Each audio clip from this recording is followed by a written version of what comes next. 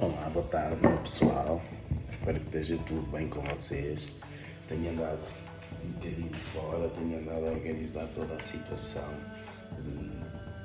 Apercebi-me que eu não estou a lutar por um carro, não estou a lutar por uma bicicleta, não estou a lutar por uma casa. Eu estou a lutar pela minha vida. É o bem mais precioso que qualquer ser humano possa ter.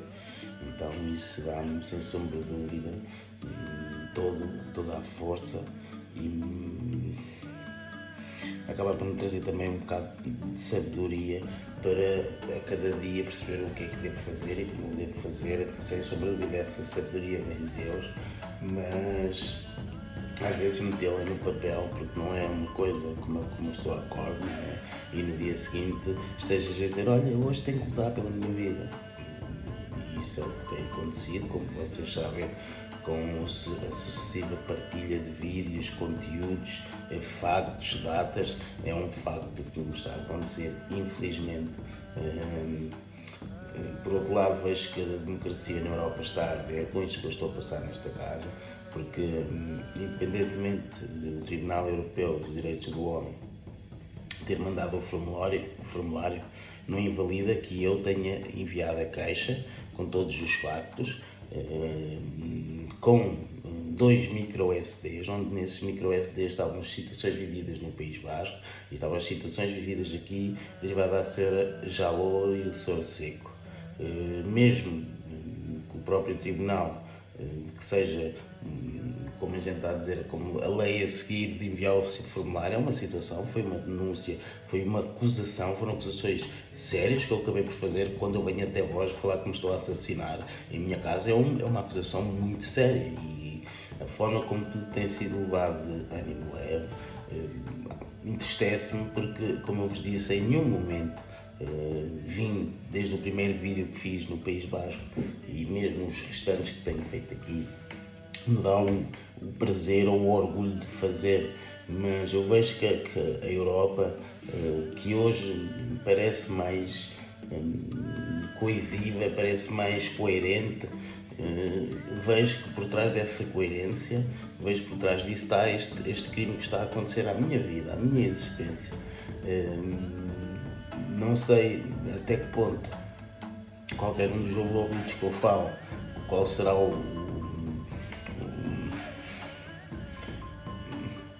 de facto, eu nunca encontrei isto. Eu quero, antes de mais, explicar a vocês e pedir-vos imensa desculpa por às vezes eu ter estas quebras, estas falhas, mas como eu vos disse já há muito tempo, não é fácil tudo o que eu tenho digerido nestes últimos 2 anos, principalmente nestes últimos 6 meses ou 1 ano, em que, como eu vos disse, e vocês sabem, eu tenho sido envenenado severamente com um veneno. Eu disse outra vez e não me consigo agora lembrar do nome desse veneno. Era usado no século passado. Eu depois meterei no vídeo o nome em si, mas todos os sintomas que eu tenho, inchaços na língua, o estômago a remoer, vômitos, todos os olhos ardem, todos os sintomas de quilo. Eu não sou médico, atenção, bem derivado ao facto de eu no mês perder 4, 5 quilos e depois eu for a ir analisando. Comecei desde o século passado, fiz uma pesquisa de venenos que seja fácil de adquirir, que seja, percebem? Então eu cheguei a esse veneno que agora não consigo lembrar do nome dele, mas é, sem sombra de dúvida, usado desde o século passado, porque é muito fácil de se obter, é muito fácil e muito subtil, e o principal da minha desconfiança de ser esse veneno letal é o sabor e um certo leve a amêndoas, que é característico desse veneno em si. E pronto, eu tenho sentido isso. Com o tempo vais perdendo o olfato, vais perdendo o paladar, mas quando tu o sentes,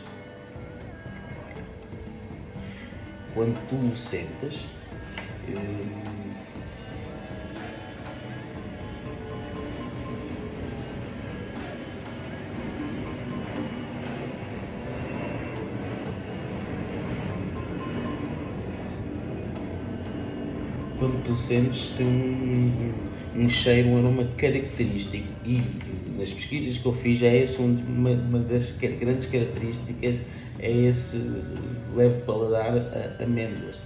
E eu achava estranho, que às vezes tinha isso, e até de facto é uma coisa que eu não gosto, e depois quando me deu um dia aqui na ideia, eu disse, deixa-me lá procurar, e cheguei a essa página onde falava de diversos tipos de veneno e as suas formas de agir para com o corpo humano. Para mim, não sendo médico, mas como uma pessoa que estou a passar todos esses sintomas, e agora eu sei reconhecer, será esse veneno que eu não consigo lembrar o nome, mas sem sombra de dúvida. Então, é assim, vocês sabem, como eu vos disse, começou-se a fazer manifestações, eu tenho feito pacíficas. Estes dias não tenho tempo, não é pelo tempo de estar mal, estive numa organização muito profunda, porque mais uma vez estive a digerir isto tudo, começar desde o meu acidente em Espanha, desde toda a situação, a Roberta, e como eu vos disse, não é fácil no fim destes 2 anos, eu ter um entendimento e tentar dizer para mim, isto é normal. Não tem nada de normal. Tudo o que eu tenho vivido estes anos não tem nada de normal.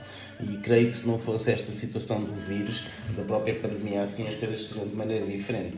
Porque, como eu disse, eu não sou um ser humano mais perfeito, mas isto é mais do que um atentado à democracia. Isto foi, o que hoje estou a passar foi o que se lutou durante mais de 100 anos para se chegar a esta atualidade, e conseguiu-se fazer isso de maneira camuflada, de maneira politicamente correta. Porque, como eu vos disse, o meu país, creio que tem noção disto que eu estou a viver, o Luxemburgo, creio que tem noção do que eu estou a viver, o País Basco, creio que tem noção do que eu estou a viver. Então é um assassinato, democrático, porque isto será, sem sombra de dúvida, o nome agora adquirido para se poder matar uma pessoa. E como eu vos disse, se fosse por todo o meu passado, se fosse eu próprio, no momento de dizer assim, não, olha, eu matei uma pessoa, eu fiz mal a um ponto de que mereço essa pena de ser trucidado durante 2 anos, de acabar por ser envenenado, eu, como ser humano, não viria aqui, nunca nem teria coragem de andar na rua a gritar, eu mereço viver, não é? Mas hoje com toda a coleção que nasce dentro de mim, eu percebo que nada tem a ver com a situação em si, porque senão, se estivesse com a parte, como eu me abri para vocês, muitas vezes falarei sempre e terá que ser, não é? Sobre a parte negra do meu passado. Se tivesse sido isso no País Basco, se tivesse sido essa situação, poderia estar a viver o mesmo lá. Entende? Então lá havia a questão de o meu chefe me ter perdoado, o meu chefe ter um poder enorme, etc, etc. Então, arrastando-me para aqui, foi para me afastar do único sítio que de facto poderia confirmar toda essa teoria. Confirmou durante os 8 meses que eu lá estive, depois do meu acidente. Nunca sofri nenhum tipo de represálias, sem ser no momento em que eu vos disse, quando meti a minha empresa no tribunal e depois meti a seguradora, o chefe, eles ficaram chateados, mas eu meti pelos motivos que sempre vos explicarei. Eu recebi tratamentos muito vários, foram 8 meses de sofrimento terrível, foi muito fundo mesmo até receber a minha primeira operação, que foi um mês depois de estar do acidente, e através do hospital do País Basco, do hospital público, porque a seguradora de todas as vezes dava no meu diagnóstico e mesmo na minha baixa médica foi metida como leve. Eu andava a urinar sangue, andava a fazer fezes com sangue e falava isso à minha médica, não dormia como não durmo hoje, e a minha médica dizia, não, isso é dos nervos, isso é dos nervos. E depois eu falava com outros médicos e eles começaram a falar em lesão na médula, e quando eu, juntando com os outros médicos, me diziam, fui para a internet e comecei a investigar, comecei a perceber que havia algo mais, e a partir daí chegamos ao dia que estamos aqui hoje.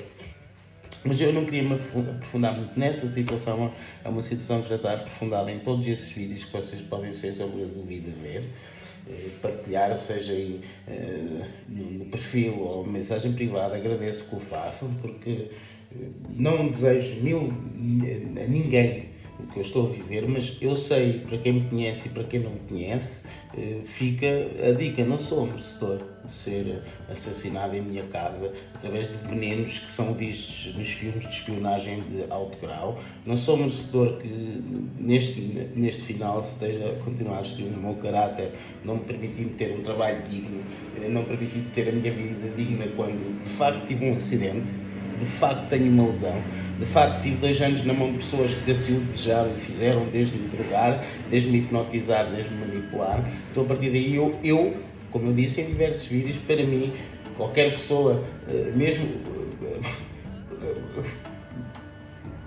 a pena foi excedida, mas mesmo que isso não fosse dessa maneira, dar um final de pena capital, sem sombra de dúvida, não é nem, infelizmente, o crime do qual eu fui perdoado, nem todos os anos de crime. Como eu vos disse, eu estive preso por pequenos crimes. A minha situação foi porque não ia ao tribunal, fui julgado à revelia, levei 3 anos e qualquer coisa. Nesses 3 anos, graças a Deus, estudei, entrei com o 6º ano, saí com o 12º ano, por isso eu sei que o meu percurso dentro do estabelecimento prisional em Portugal não foi a nível criminal. Eu tive um excelentíssimo, eu e um grupo de jovens, tivemos um excelentíssimo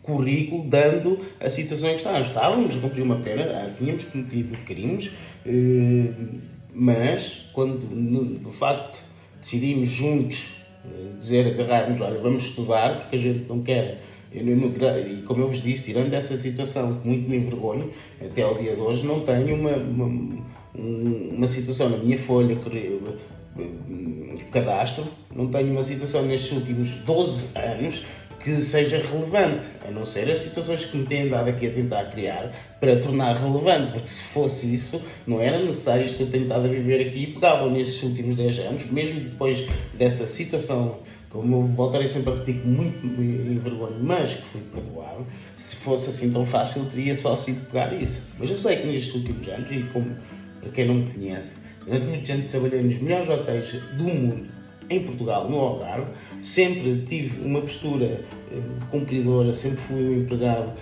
cumpridor.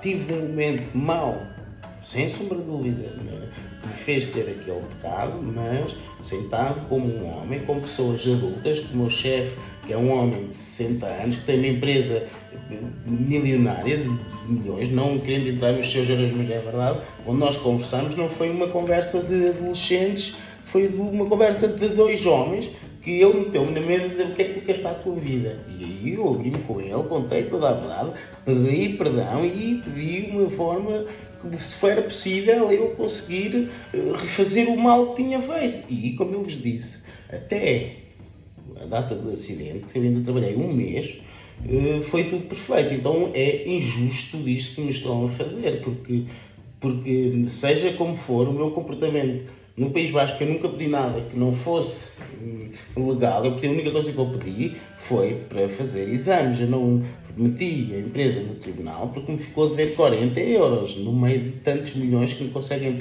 perseguir até este país. Ficou-me a dever 40 euros. Meti a seguradora no hospital porque me faziam andar 93 km por semana, quando a minha médica tinha noção que eu não podia fazê-lo. Quando no hospital me disseram: olha, tu tinhas uma hérnia muito grande. E então, a minha lesão na médula. A tua lesão na médula vai sarar com o tempo. E eu não creio que seja a fazer 92 km por semana para ir para uma reabilitação, para a reabilitação, que vai ajudar uma hérnia que fez uma lesão na médula a sarar. Então, a partir daí, eu também, como ser humano, tenho direito a mexer-me. E pronto, então tornei-me um alvo a bater, não só pelos vídeos, não sei se é pela forma que falo, volto a repetir, que não venho aqui falar, descartar, fazer o meu papel de inocente ou de culpado, eu venho aqui contar a verdade dos factos que eu tenho vivido. Não é, como eu disse, de forma alguma para desrespeitar nenhum dos envolvidos, sem sombra de dúvida também que se deve sentir ofendido, é a minha pessoa, porque é a minha vida que está a ser dragada, envenenada.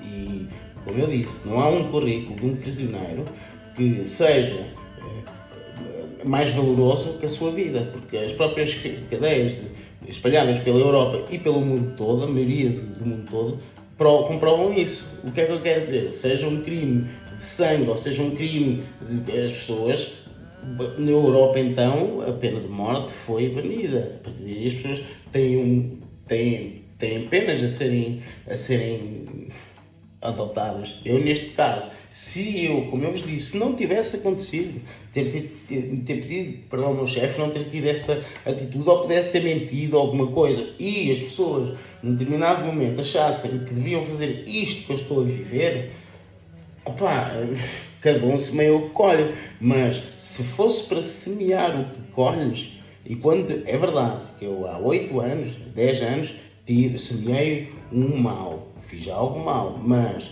o que colhi foi no dia que eu entrei no carro do meu chefe, do Sr. Manolo, e fui verdadeiro com ele. Foi no dia que ele me disse que gostou da minha atitude e que eu estava tranquilo, que iria me ajudar, porque era um homem, via que eu queria trabalhar, como quer aqui no Luxemburgo, como queria em Portugal.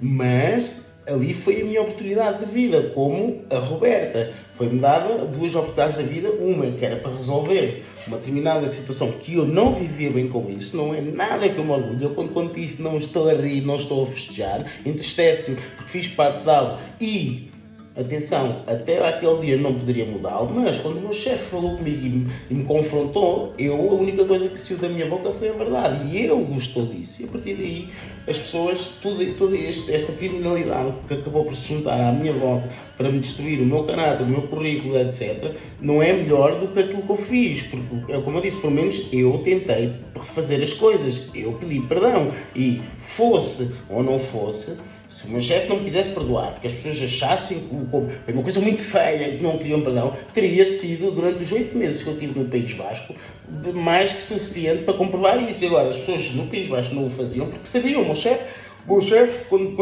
as pessoas transmitiram ao meu chefe, o meu chefe falou comigo, eu quando conversei com ele e abri, eu tive um mês a trabalhar na empresa. O meu chefe em 30 dias teve mais complicado de dizer às pessoas: não pá, esse gajo, ele fez uma cena, ele falou comigo, ele foi sincero, não é ao chorar, não é às lágrimas, porque há muitas lágrimas que eu perdi, mas chorei porque estava na minha alma. E o meu chefe teve que falar com as pessoas, certeza que transmite isso às pessoas, porque ele chorou e o moço está aqui para trabalhar, ele podia ter fugido, mas ele ficou, ele afirmou, ele pediu perdão. E a partir daí, tudo isto que tem juntado é de uma tristeza de alma, porque não sou merecedor e é injusto, porque se o fosse, não era necessário fazer esta situação com a menina Jeberiken Ábila Débora, que está cá em casa, faz de conta que não está cá, pela calada da noite, continua a meter o seu veneno mortífero há uns dias. Não é só a minha certeza que o dia que ela se foi embora eu achei muito extraordinário. A senhora Débora, o senhor Seco, o senhor Zaki, eles andam aqui. Eles estão cá em casa. A senhora Jalou continua a entrar nos quartos dos outros porque ela tem as chaves. Então, durante o momento, continua a meter a mesma partícula. Há 2 dias, a senhora Débora, imagina, ela foi-se embora há quase um mês. Eu vi, ela teve as coisas todas ali, tudo em baixo, como se fosse para o Japão. Antes de ontem, eu estava no meu quarto, saí, ontem ou antes de ontem, peço desculpa, saí assim à porta e olha, estavam aqui as senhoras da limpeza, vim cá as senhoras fazer limpeza, e eu olho assim para o lado e ela está assim encostada na parede, tipo como escondida, eu estava a falar com elas. Eu ouvi de facto elas a falar, mas não ouvi com quem elas estavam a falar. E a senhora Débora, quando se percebe que eu saí, ela ainda se tentou esconder. Por isso é a pessoa que me tem andado a envenenar, é a pessoa que tem tentado a meter esse veneno, é a pessoa que continua a tentar invadir as minhas redes. Não dá mesmo para me ligar aqui de forma alguma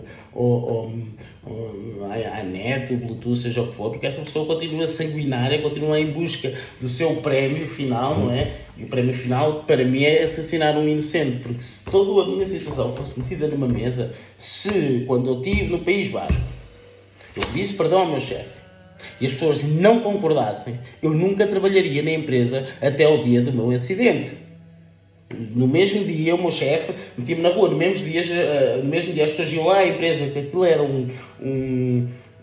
imagina, a empresa fica a 17 km, se não estou em erro, atenção, da vila. Aquilo fica no meio do nada. E aquilo tem lá casinhas, mas no meio do nada. As pessoas, se em algum momento tivesse havido essa situação, não teriam gostado, pediu perdão ainda e coisa e tal, então a gente vai lhe fazer feito. Tinham feito. Em 30 dias. E depois desses 30 dias, tiveram mais 8 meses que eu estive no País Basco. Então é triste que hoje eu esteja a sofrer esse tipo de represálias que foi montada a uma mulher que me deu, como eu vos dizia, e depois acabei por me afastar, o que o meu chefe deu a Roberta foi o chamado o expoente máximo de vida. Eu tenho 40 anos, não tenho mulher, não tenho filhos, andei 90% da minha vida, tive grandes trabalhos em grandes sítios, mas nunca soube aproveitar, nunca fui responsável o suficiente, nunca toquei em nada de ninguém, graças a Deus, nunca desrespeitei ninguém, mas não levo se fores para casa. E isso vocês sabem, trabalhar num hotel 5 estrelas, às vezes temos que levar muitos desaforos para casa. E depois acabas por tornar a minha empresa, que foi durante 5 anos, foi a Talented, graças ao dia, 4 anos, peço desculpa, que comecei a trabalhar como copeiro e acabei como empregado de mesa de primeira, isso tudo graças à capacidade de vir e de acreditar em mim e depois fazer-me acreditar também, mas nunca tive uma ponta, um chefe ou empregado dissesse de mim, mas eu sou uma pessoa que não leva desaforos para casa e isso fez-me, durante esses anos, não ter um trabalho consistente. E ao aparecer a Roberta era uma mulher que estava casada há 25 anos, que ia deixar tudo para mim e deu-me uma consistência. Percebem? Então a partir daí, quando tudo foi montado, como eu vos disse, em todos os vídeos, agora vou resumindo, o meu amigo ao mesmo tempo dizer assim, eu não gosto de ver esses gajos a humilhar-te, e eles coisas vêm para aqui, nós aqui está o Conselho da Europa, aqui está o Parlamento Europeu, eu conheço tudo isto aqui, eu sei os conhecimentos todos, eu vou-te ajudar. Aí está a armadilha, eu vim. Aí foi a armadilha, percebem? Por isso, hoje eu estar a ser assassinado no meu quarto através de uma permissão que acaba por ser governamental, porque eu fiz denúncias estão lá, eu vou para a rua, as pessoas comunicam, como eu vi no último vídeo, as pessoas conversam ou vêm, e vocês acham que eu venho para aqui para falar mal de vocês, da forma como gerem? Não, eu venho aqui falar da minha vida que está a ser tirada de forma injusta. Então a partir daí, eu, como pessoa comum, que nada mais prezo a Deus e a minha vida, tenho que fazer as coisas da forma, de que forma? Então uma pessoa vai encontrando a maneira, Deus vai nos revelando, os amigos vão nos ajudando, e pronto, como eu vos disse, começou-se nesta divulgação de palavra, todas as vidas importam, all life better, nunca quis meter isto numa base racial, mas eu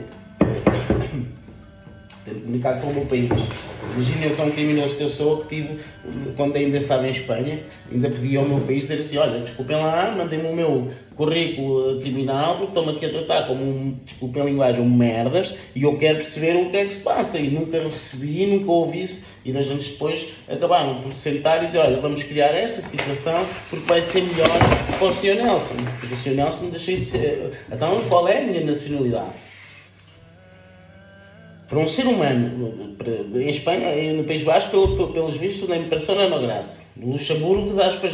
No meu país, para ser eu assassinado, o que é que eu tenho? No meu, desde que eu fui para o colégio com 6 anos, saí com 19, nesses anos todos, quantos crimes é que eu cometi no final, para hoje, ou para há tempos atrás, as pessoas dizerem assim, nós optamos por mandar assassinar o Sr. Nelson, através de pessoas que são muito bem pagas aqui em casa, para uma pessoa andar a fazer de conta que não está aqui, para não dormir bem, para não comer bem, tem que receber dinheiro. E é isto que para mim é surreal, porque se num momento, eu disse, nos 8 meses que eu estive no País Basco, se os médicos, nessas gravações que vocês veem mesmo no hospital, me disseram, não, Sr. Nelson, você... Não, eu estava a tomar medicação muito forte, eu estava a tomar morfina, eu estava a tomar diazepam 10mg, eu estava a tomar do pior.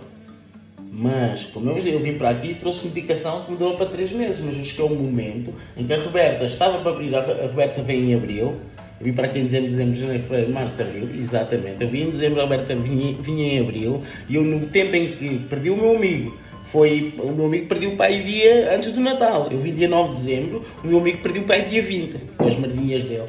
E entretanto, quando eu me meti na situação de ter que gerir a casa, o tempo estava a urgir, faltava 3 meses para a Roberta vir.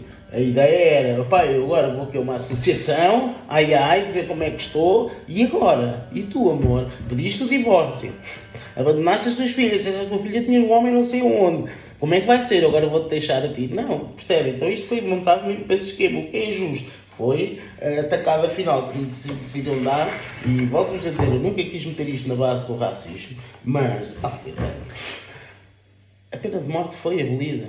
E por isso, e por toda a situação que eu tenho vivido, mesmo sendo inocente, nunca seria merecedor de uma pena tão grande. Não só pelo meu comportamento que eu tenho tido no Luxemburgo, não só, mesmo em toda a situação, o comportamento que eu tive no País Basco, porque fui acusado injustamente, mas nunca andei lá a praticar nenhum tipo de crime. Mesmo no meu país, o crime que eu cometi, que muito me envergonho, mas volto a repetir, pedir perdão, foi um crime com 7, 8 anos, e a partir desse momento, como eu vos disse, desde o dia que nasci até o dia de hoje, se eu tirasse todas as coisinhas que fiz, fosse fumar um cigarro ou fumar um charro a nível de pecados, não daria nunca para alguém dizer assim, ou 3 espertências dizer assim, olha, vamos assassinar o Sr. Nelson através de envenenamento, vamos tirar-lhe tudo através disto assim, porque não é justo, porque voltando sempre ao dia 10 de abril de 2019. O meu acidente foi um acidente casual. Foi comprovado através de toda a medicina possível e imaginária, desde exames, etc. Então, a partir daí, como prémio, não era um prémio, ainda continua a ser injusto, que me deixassem e que me deixassem seguir a minha vida de forma honesta, trabalhadora, mas ao ponto de decidirem-me assassinar através disto que se passa aqui em casa, não há um ponto, e como eu disse, o mercado de escravos foi banido através da Europa, graças à Europa. Eu não posso ser vendido para as pessoas poderem tirar o seu melhor da humanidade, não é? Para fazerem o que querem, para andarem aqui a hipnotizarem, para andarem a gozar comigo, porque se calhar até um ser humano não é negociável. Eu volto a dizer, o erro que eu cometi não foi um erro premeditado, foi uma situação de uma noite muito estúpida, e quando eu tive a primeira oportunidade de tentar, de pedir, não mudou em nada a minha postura real, que não menti em nada, mas o que se passa aqui é uma coisa totalmente modificada, é planeado, é premeditado, é de maldade, porque uma pessoa que não dorme e que simula durante semanas a fazer de conta que não está aqui em casa para poder continuar, para ver se eu me distraio e envenenar-me na comida, na água, que continue envenenada, eu pergunto, quem sou eu? Quem sou eu?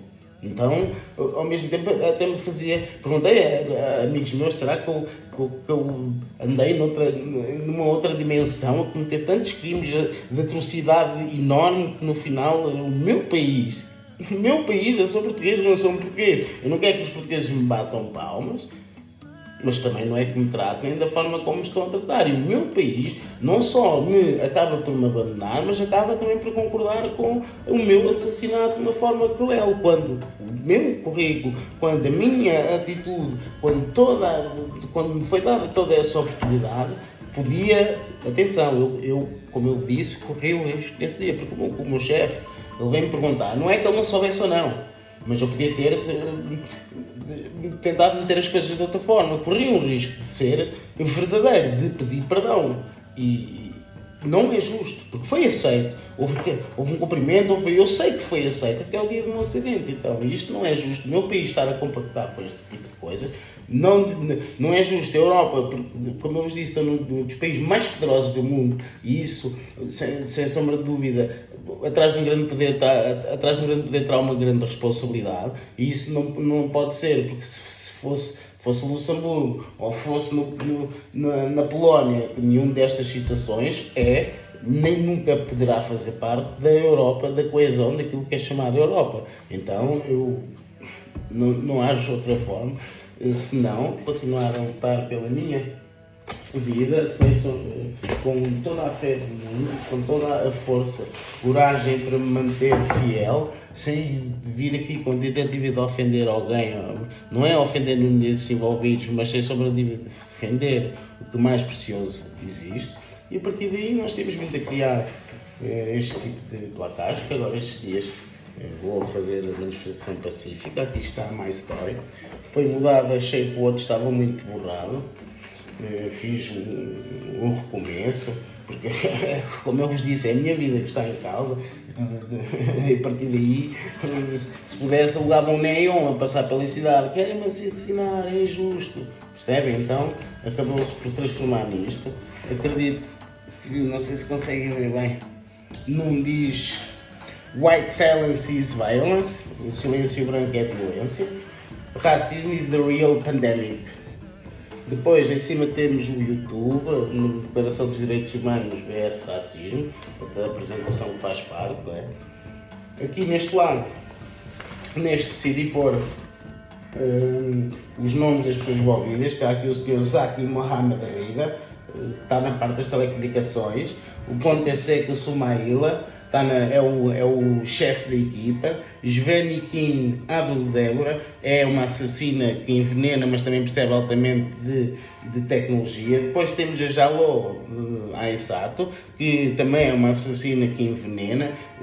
Todos esses vídeos que vocês veem, não vou falar do resto. Imaginem que aqui é dizer assim, olha, mostra o que tens. E pronto, estou a falar do facto. O Sr. Boris, não digo que seja o Sr. Boris, como eu vos disse, falta-me uma peça que não está a fazer muito sentido, acredito, atenção, isto já não tem nada de facto concreto, isto foi coisas que foi assim de repente. Com a manipulação de ter aparecido a menina Abel, eu ter visto mesmo, que eu sabia que ela estava cá, mas vi há 2 dias, ou ontem, a situação meteu-se diferente, porque eu creio que tinha descoberto que o Sr. Boris, que é um último hóspede que está aqui, que é o fornecedor e que percebe da química. Alguém tem que arranjar esta química. Percebem? Mas, continuando aqui. Pronto, e falta meter aqui o nome da senhora Jaló, também vou pôr. Depois, temos este. Aqui eu meti o artigo 5, ninguém será de Declaração Universal dos Direitos do Homem. Ninguém será submetido à tortura, nem a tratamento ou castigo cruel, desumano ou degradante. Imaginem. Continua ali discriminação, YouTube, etc. Meti estas 3 bandeiras, claro, as 2 são portuguesas, é o país, a outra é da União Europeia, porque isto não faz muito. Este é mais direcionado. Isto é mesmo direcionado para a Declaração Universal dos Direitos do Homem. Aqui meti o artigo 2, em 3 línguas, português, inglês e francês. O artigo 2 que diz: todo o ser humano tem capacidade para gozar os direitos e as liberdades estabelecidos nesta Declaração, sem extinção de qualquer espécie, seja de raça, cor, sexo, língua, religião, opinião política ou de outra natureza. A origem nacional ou social, riqueza, nascimento ou qualquer outra condição.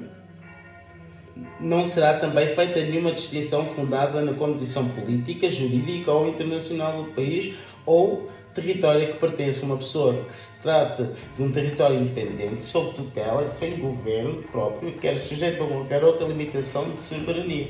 O que é que eles querem dizer com isto? Ao meu ponto de vista, é isto, quer dizer, imagina, eu estou a ser perseguido de uma situação injusta porque eu tive um acidente de facto, tenho uma lesão de facto. Depois montaram todo o fator para me afastar disso. E aqui é que a soberania não fica acima do direito do homem. O que aqui estão a dizer nestes 2 parágrafos, ao meu bem entender, que não é porque eu esteja no Luxemburgo, não é porque seja o Luxemburgo, não é porque seja França, não é porque seja Inglaterra, não é porque seja a América ou o Japão, etc. Qualquer um país do mundo que tem o direito de cometer determinado tipo de crimes, porque a soberania desse país não fica acima da própria declaração em si. Depois escolhi o artigo 3, que diz: todo o ser humano tem direito à vida, à liberdade e à segurança pessoal. Não vou falar que a minha segurança pessoal e a minha vida tem sido violada diariamente, constantemente, de forma como eu ia dizer, maquiavélica e repetitiva, digamos, peço desculpa. Depois meti o artigo 8. Todo o ser humano tem direito a receber dos tribunais nacionais competentes remédio efetivo para os atos que violam os direitos fundamentais que lhe sejam reconhecidos pela Constituição ou pela lei. Isto é o chamado pau de 2 bicos. Percebem?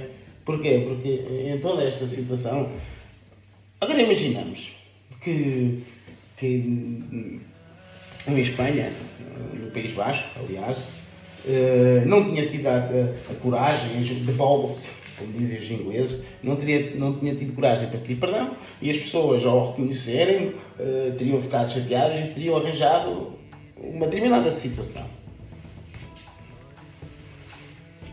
isso é outro facto. Porquê? Porque na altura que eu falei com o meu chefe, íamos no ano de 2017, 17, 13, 14, 15, 16, 17, 12, 13, 14, 15, 16, 17. Isto foi em 2012, 2013, se não estou em erro. Eu fui em 2019. Ou seja, não se trata de premeditar, não. Se podia haver uma tentativa na altura, não é? De dizer, este gajo é um criminoso e vamos encarcerá-lo porque é um criminoso. E porquê é que isso não aconteceu? Pelo simples facto. Porque se alguém, seja um euro, ou seja, algo de mais valor, um diamante, não é? Quando alguém te tira algo sem autorização, rouba, furta, temos dois caminhos, não é? Temos o caminho legal, imagina a minha situação. Nunca as pessoas, eu acho, as pessoas sabiam o meu nome.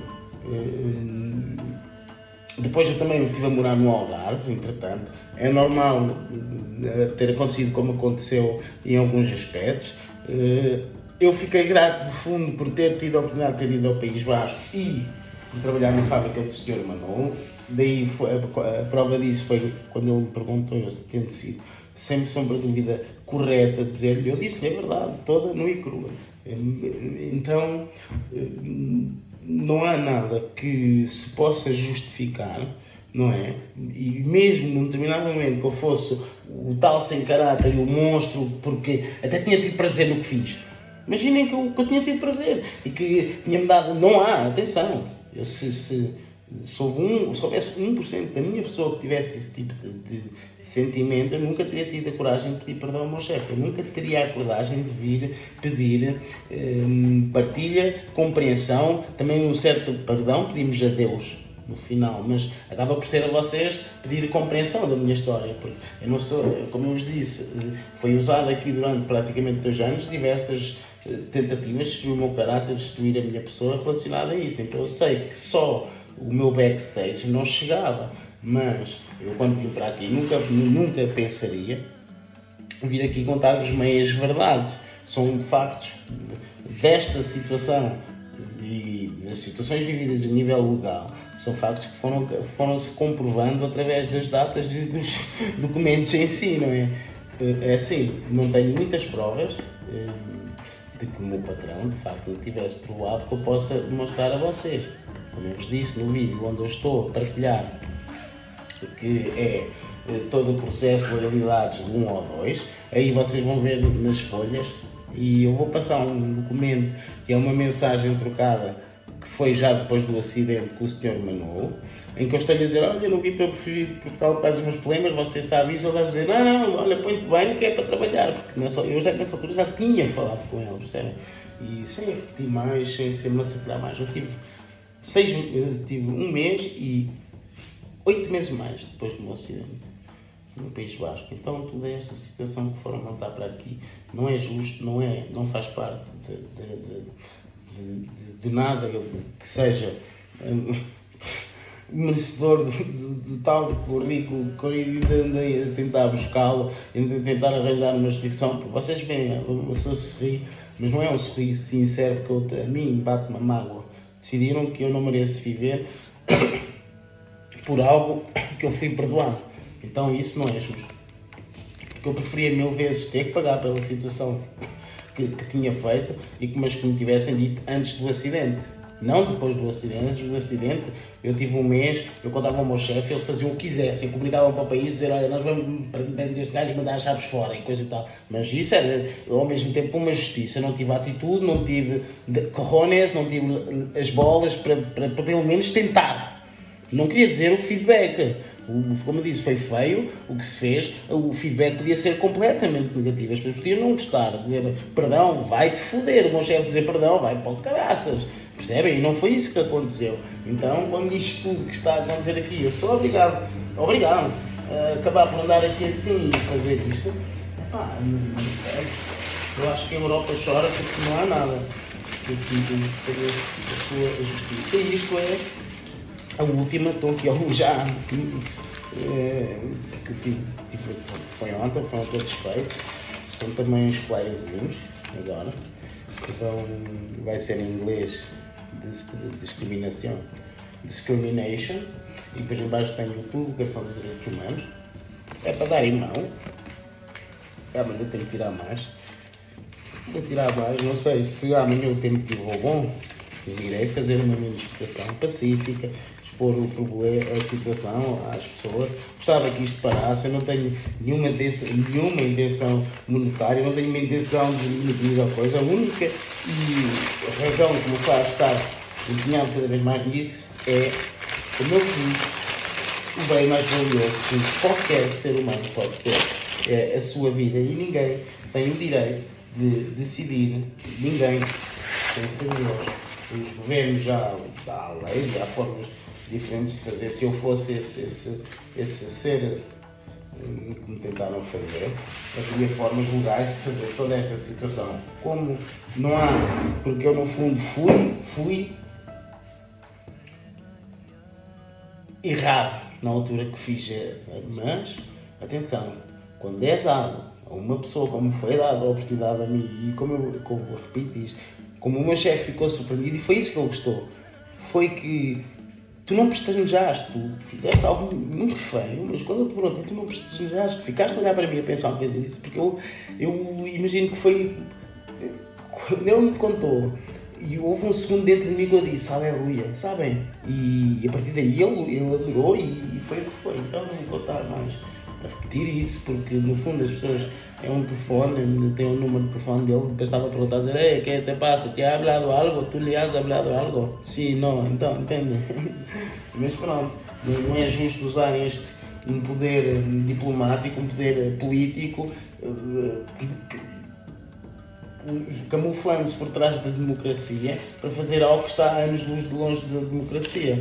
Porque o que é que importa a Europa agora gritar para o que está a passar no Afeganistão, se cá na nossa Europa eu estou a ser assassinado injustamente, sou inocente, não de toda a situação, o que eu tinha que pagar, mesmo que se fosse para pagar, paguei com estes 2 anos, além da minha lesão, além de todo este sofrimento que me trouxe, além de me terem enganado, além de me drogarem, além de me envenenarem, já seria uma pena mais que suficiente, ainda pior quando eu estou inocente. Então, quando vem, agora vejo, infelizmente, para o povo afegão é uma tristeza enorme, mas a Europa, ao mesmo tempo, a dizer que estão a assistir atrocidades fora de nós, mas quando aqui há um cidadão europeu está a ser assassinado injustamente através de venenos usados no século passado, de técnicas usadas na Guerra Fria, usadas pelos soviéticos, pelos russos, ou fosse o que fosse, mas são técnicas letais de assassinos.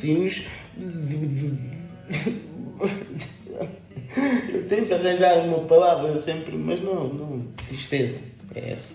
Tristeza lá. Então, uma vez mais agradeço a todas as pessoas que têm feito parte, apoiado, que partilham, que não vou fazer-me de rogado. Claro que é importante, claro que é bom saber que as pessoas têm empatia, porque isto trata-se de empatia, muita empatia, porque se o erro se eu pudesse evitar o que fiz completamente, não pude, mas quando me foi dada aquela oportunidade eu acreditei que poderia melhorá-lo, e foi-me provado que sim, estava a melhorá-lo.